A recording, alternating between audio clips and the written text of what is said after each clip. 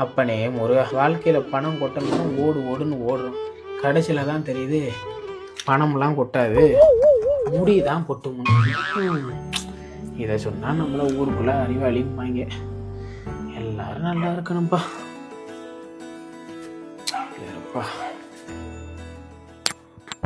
ஆத்தாடி மணி ஆச்சு, வர முருகா. இது 10 நிமிஷம் தான். கொஞ்சம் சாப்பிட்டு 10 நிமிஷம் ஆயிருக்கா. என்னடி ஏதோ பேஸ்ட் அடிக்குது? அதுவா மாமா, நம்ம வீட்டுல சால்ட் இல்லையா, அதனாலதான் கொஞ்சம் கோல்கேட் ஆக்டிவ் சால்ட் போட்டேன். இந்தாம்மா, நீயே வச்சு பல்லு விளக்கு. என் மக சீரக சம்பால பிரியாணி ஆக்கினா சிவகங்கை வரைக்கும் மணக்குன்னு சொன்னது உங்க ஒப்பம் தானே.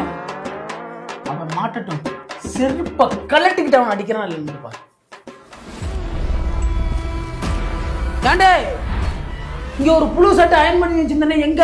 ஐயோ மாமா, நீங்க சட்டையை துவைக்க போட்டீங்கன்னு நினைச்சு எடுத்து ஊற வச்சுட்டேனே. அலையில போட்டேன் இதையே.